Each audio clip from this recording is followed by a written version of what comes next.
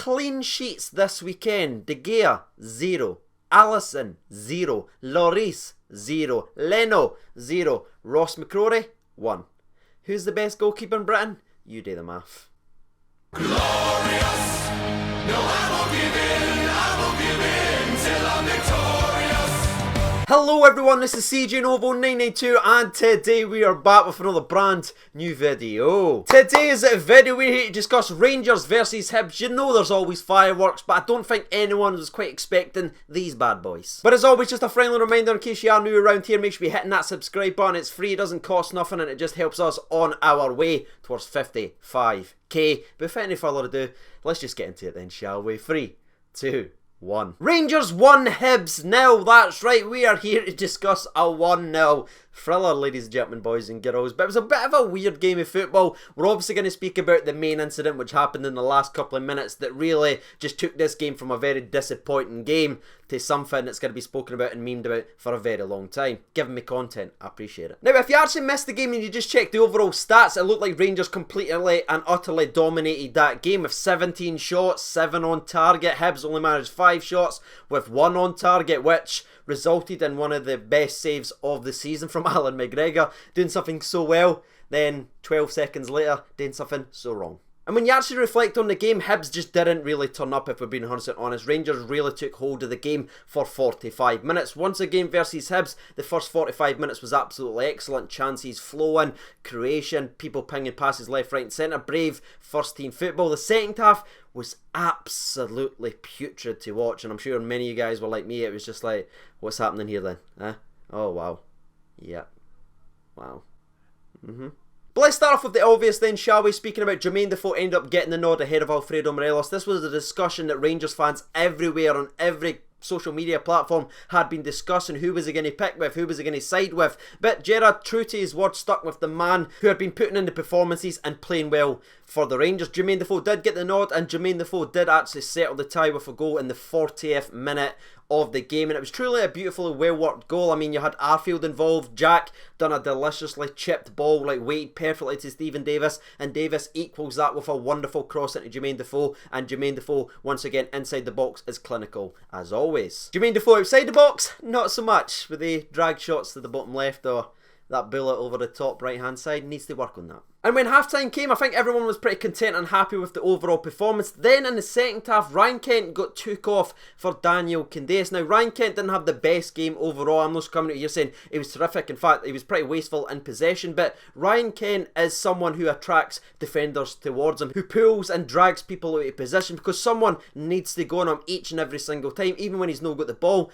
And when he's in this free roll, it creates gaps because, again, someone needs to mark him. And that was creating spaces for Arfield, Jermain Defoe. Even Davis was picking out passes left and right, and it was even creating gaps for Flanagan to get forward on the left hand side. When he got took off, Daniel Candeias was more rigid with his positioning. And no, I'm not blaming Daniel Candeias to say he ruined the overall game, but it was just a little tweak in the formation that sort of killed the free flowing attacking movement. I don't know if you agree with that or not. You can let me know down below. And before we go any further, we need to talk about a couple of individual performances, because I genuinely think the midfield was terrific. I mean, did Ryan Jack or Stephen Davis misplace any pass at all? I mean, Jack ran about, won the ball, got it moving, the fantastic pass into Davis to get the actual assist for the goal, and Stephen Davis absolutely strolled it. I mean, you look up strolled it in the dictionary, you will see a picture of Stephen Davis like this with that performance against Hibs. But to be fair, on the right hand side, Daniel Candeias did create a couple of chances for himself and should have put us probably 2 and 3-0 up. He had the first one with a beautiful movement. Tavernier came down the left hand side actually with John Flanagan. It comes to Tavernier, little pass into Daniel Candeias. It was very well worked, and Daniel Candeias just needs to hit the target but ends up rolling it wide. A massive chance to put us 2-0 and basically kill the game off. Then the sucker punch always comes from Hibs. You know they're going to get that one single chance, and they wait for it all game long, and it came and it went, and what a fantastic save from McGregor. This cannot be understated enough. Yes, there's going to be stuff we speak about, it's going to be negative about McGregor. He had nothing to do all day long. Now the cross comes in from Hibs right to the back post. The Hibs player connects with it brilliantly, does everything right, but Alan McGregor throws a leg out and just makes a truly wonderful save, and that was keeping us at 1-0, and that was the save that he had to make all game long. And I'm sitting here buzzing, I'm going like this, I'm doing shoulder moves that's not been seen since 1978, alright? I was tweeting out he dives to the left. I couldn't even say what he did later at night, because by the time I did, he was sent off. Like, honestly, I raised my head, I was like, what's going on here? Because I know it's a free kick to Rangers, because it's just been said, we know it's a free kick, but how's Alan McGregor being sent off? I was so confused. Then I saw the replay played back. Now McNulty's getting in his way, sort of does a little blockage. It's kind of just being a nuisance. I mean, you see that 90% of football strikers are always going to do that, especially when they're as frustrated with the lack of service as they're actually going to get. He's just been a nuisance, he's just been a tick, but it's nothing vicious. He doesn't stick his foot out, it doesn't leave his bit in Alan McGregor. Alan McGregor does get the punt away with McNulty standing in front of him, so that's a foul because he's sort of trying to block off the goalkeeper. But then Alan McGregor gets the punt away, and then his foot's coming back, then he just kicks his foot forward to make contact with McNulty, then falls to the ground holding his knee, and it's genuinely just embarrassing. Like, honestly, it's embarrassing, it's needless, it's stupidity. As much as I love Alan McGregor, and you genuinely know how much I love the guy, he is my player of the year. I think he's been fantastic all season long, but he has had these moments in madness where he just kicks out needlessly. He'd had one against Celtic, had one versus Aberdeen, but this one is genuinely worse than them all because it's just so unnecessary. We're not getting beat, we're in control of the game. He's just made a fantastic, wonderful save, and he just kicks out stupidly, nearly costs the team, and then he's rolling about holding his knee. I mean, on the SPFL show the other week there, I rinsed this three Celtic boys, including Lustig, for rolling about holding his knee, pretending he's hurt. Then Alan McGregor goes and does that. It's just absolutely needless, and he doesn't need to because he's genuinely the best goalkeeper in the league. And it's just so frustrating that he's the one to do that. The last thing we'll actually say about Alan McGregor sending off, by the way, is I really hope someone just gets his arm round him like Alfredo Morelos is talking to him in the dressing room saying you need to work on your discipline, then you lose your temper, you're letting the team down. And I hope he does that. He needs someone to put his arm around his shoulder, and I think Alfredo Morelos would be that man.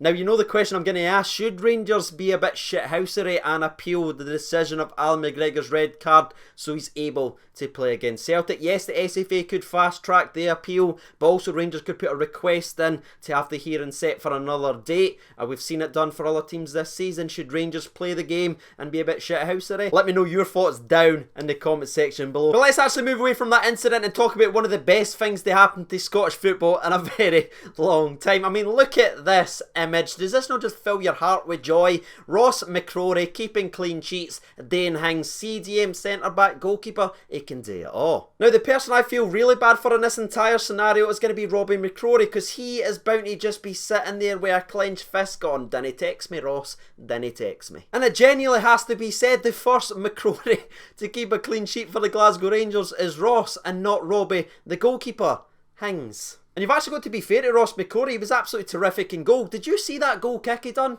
And that one time he just got the ball like this? It was textbook. The man knows what to do. And we can forget about the Alfredo Morelos Jermain Defoe argument, because there is a brand new debate, ladies and gentlemen, for all Rangers fans is, does Ross McCrorie keep the jersey in goals? But let's finish up the video right there. There was no other real chances in the game. Obviously, Ross McCrorie played in goals. That should probably be the last thing we discuss in today's video. What did you actually think about the overall performance? Again, it's going to be another 3 points. That's probably the biggest thing you can take away. We continue to win with this new formation. We remain undefeated since playing this formation on. What's your thoughts? Let me know down in the comment section below. Now it's time to jump over to Twitter. So over to Twitter then, there's been 1,335 votes. Thank you so much for getting involved.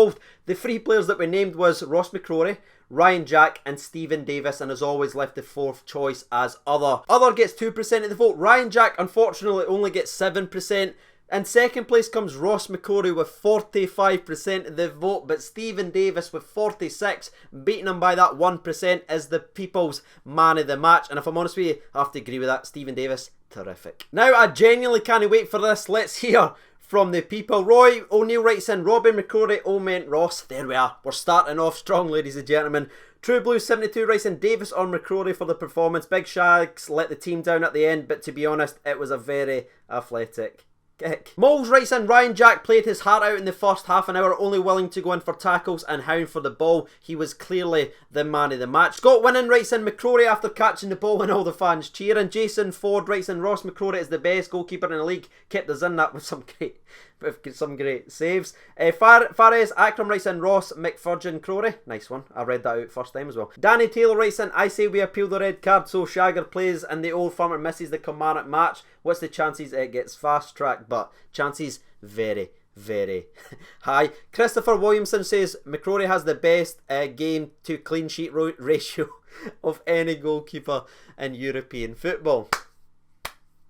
And the last one we'll actually read out comes from, we'll scroll all the way down here and we'll stop it here. The corrupt referee says the movement and touch by Defoe make him man of the match for me. Candyman not doing it again might be his last season for him. Poor touches and poor overall crossing. So there it is, ladies and gentlemen, boys and girls. You've heard from the people, you've heard from myself. If you haven't done so already, you know what to do by now. And before we wrap up, just a friendly reminder once again that in the description there is a link to a charity match which I will be involved in to raise money for Sam H, which is a mental health charity and suicide prevention. It's to help people that's struggling, and I genuinely appreciate any support from any of the Novo Nation to try and raise as much money as possible to help people in need. And lastly, in the description you will also find the Patreon link, which is helping supporting the channel directly, so shout out to those absolute legends. Again, I've been CJ Novo92. Thanks so much for watching, and bye.